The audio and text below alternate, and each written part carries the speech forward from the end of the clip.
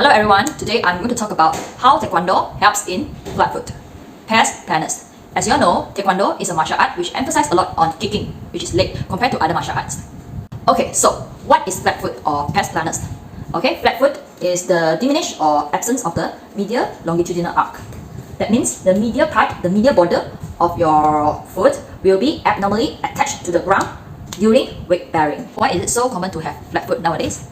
Yeah, it's because of the sedentary lifestyles, and also we depend too much on shoe and seldom walk on a rough, uneven surface of the ground, which helps a lot in strengthen your foot muscle, the intrinsic muscle. Let's go to the cause of the flat foot.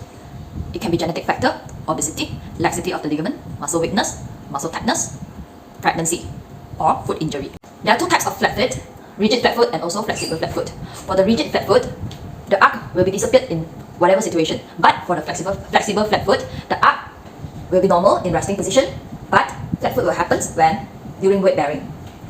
Okay, let's invite Mr. To for the jack test. So, this is the foot of Mr. To during weight bearing.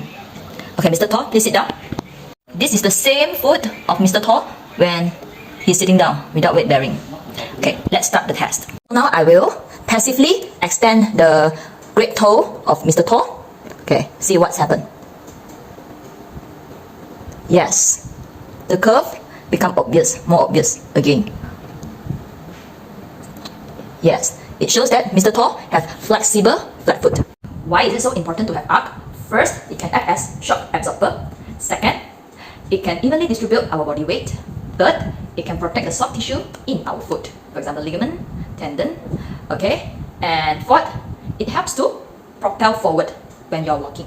Okay, there are certain phase during the walking or gait, which I will explain later. I will also explain further about the function of the plantar arc. Okay. Okay, let me invite my favorite character, Levi, as a model today. So when we are walking, there are stance phase and also swing phase. During the stance phase, we have heel strike. Okay, heel strike and then foot flat on the ground, and then mid stance. Okay, mid stance. Okay, and then push off. So during this phase, our ankle have to be very stable to support large amount of your body weight. To maintain a good stability and mobility of the foot, provided to the arc by a very major important component called plantar fascia or plantar aponeurosis. I believe you're curious about how the arc helps in maintain stability. Let me explain about Windlass Mechanism. Windlass Mechanism. Okay, let's look at this. Okay, during the gait, when we are walking, as I said just now, we got push-off phase. So during the push-off phase, the heel will be up and the metatarsal phalangeal joint will be extend. Okay, this is the toes, yeah. So the toes will be extend. So what happens when the toe extend? Yes, let's look at this triangle. Let me introduce this triangle first. Okay, this we call it as a strut. This we call it as a strut. And this we call it as a tie rod. The struts are under compressive force. It compress on the ground. The rod, the tie rod, is under tensile strength. Okay, tensile force. Okay, it is pulled by these two. Okay, it attached from the calcaneus bone to the phalangeus bone. Okay, it's being pulled, so it is under tensile stress. Okay, so during the extension of the toes, the phalanges, this tie rod will be pulled. You will be pulled. It will be taut. Okay, so what happened when the tie rod being pulled? Okay, because it got tensile strength, right? So it will pull back. It will become tighten. Okay, when it becomes tightened, these two struts will be close to each other. What happened when it close to each other? Yeah, you see this one. Okay, it will be forced into a foot supination. Okay, foot supination. Okay, the arc will be higher. So what happened if the supination occur? This tie rod will be loosened. Okay, like this, loosened. It allows more MTP joint extension. Okay, so when it allows more MTP joint extension, like this, okay, this tie rod will be more taut. Okay, will be tightened again. And what will happen to this tie rod? It will pull back even more. Okay, and reduce the MTP joint extension. So it will grip on the ground tightly. This is how the arc helps in maintain the stability. For people who suffer from flat foot, they may have weaker balance compared to a normal person. They may also suffer pain in foot or knee or lower back. Let me explain how it happens. Okay, I will tell you how flat foot causes knee pain and back pain. First, if I have a flat foot, I will have overpronation of the foot. That means roll in. Okay, overpronation of the foot, and this is my foot. And when overpronation occurs, it will cause internal rotation of the hip. That means turn in. My hip turn in. Okay, so it may cause general valgus, not knee. So when general valgus occurs, it will put stress on this middle aspect of the knee. Okay, so it will cause pain. Also, it may cause pain. And further up here, it will cause anterior pelvic tilt. Anterior pelvic tilt. What happens if anterior pelvic tilt?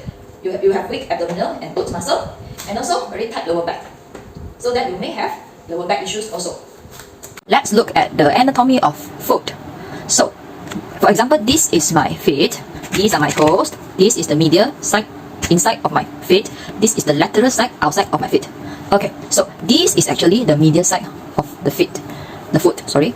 Okay, so these are the bones, phalanges, toes, metatarsal bone, cuneiform, navicular, talus bone, calcaneus bone. So let's look at the muscle first.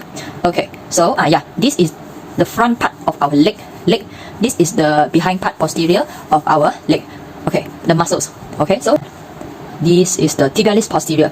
Okay, tibialis posterior help us in plantar flex, point down, and inward inversion. Okay, plantar flex, point down, and also inversion, go in. Okay, this is a very important muscle, tibialis posterior. It is actually the stabilizer of the foot during walking and standing.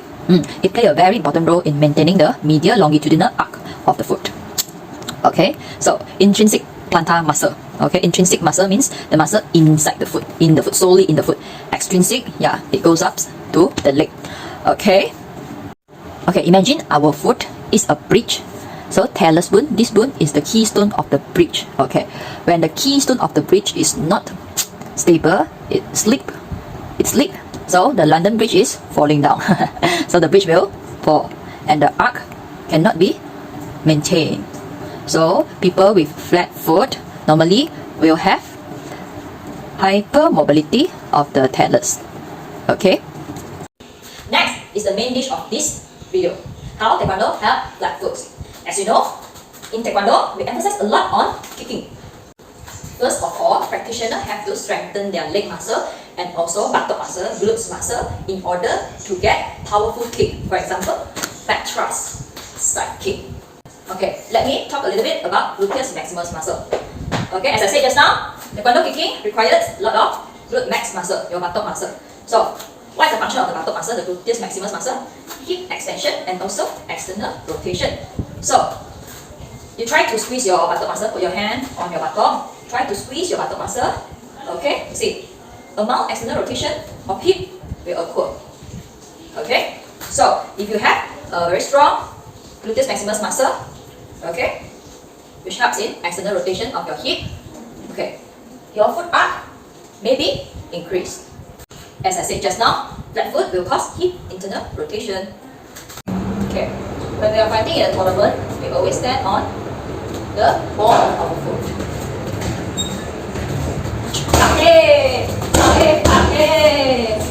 We require a lot of heel raise during our fight. Okay, because if we fight like this, the legs stick on the floor, it will be very difficult for us to move around. Okay, so what will happen if we always stand on the ball of the foot? It will activate the Windlass mechanism as I mentioned just now. Okay, as our MTP joint is extend.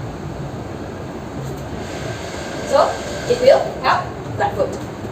In Taekwondo, during our fight and also practice, we always stand on single leg. So we practice a lot of single leg stance.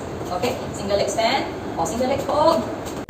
When we stand in single leg during kicking, we need more extrinsic and also intrinsic muscle of the foot to hold us in this position. Next is turning kick. Where we perform turning kick. Okay, okay. The standing leg, we need hip external rotation for the stand. Okay. Next, let's talk about front kick, homestay front kick in Taekwondo. Okay, homestay front kick in Taekwondo. It involves plantar flexion and also toes extension. And the contact point is here, the ball of foot. Okay, let me show you. Okay, so what is the benefits of this kick? Yeah, this kick involves the extension of the great toes. Okay, so it again activates the Windlass mechanism, which I said just now. It also enhances the arc of the foot. Okay, as a Taekwondo coach, sometimes I will also involve Bosu in my students' training program. Okay, of course, the main purpose of this training is to improve my students' performance in Taekwondo, improve their balance, but it also helps in flat foot. Okay, why? Because standing on a Bosu, it need more intrinsic muscle or the muscle around the ankle to balance on the Bosu. Okay, compared to your standing and kicking on the ground. Next is a very good kick for flat foot. Side kick. Okay. Why side kick is so good for a flat foot? Yep, let me explain. Okay, in side kick, we need to plantar flex and also invert our foot and kick with the lateral border, outside border of the foot. Okay, so when we are applying this kick, when we are training this kick, we have to maintain this position. Okay, this can strengthen the tibialis posterior. Tibialis posterior in our leg, which is the stabilizer of the foot. As I said just now, it is the stabilizer of our foot. Okay, it helps to maintain the bridge, the arc, the medial longitudinal arc of our foot.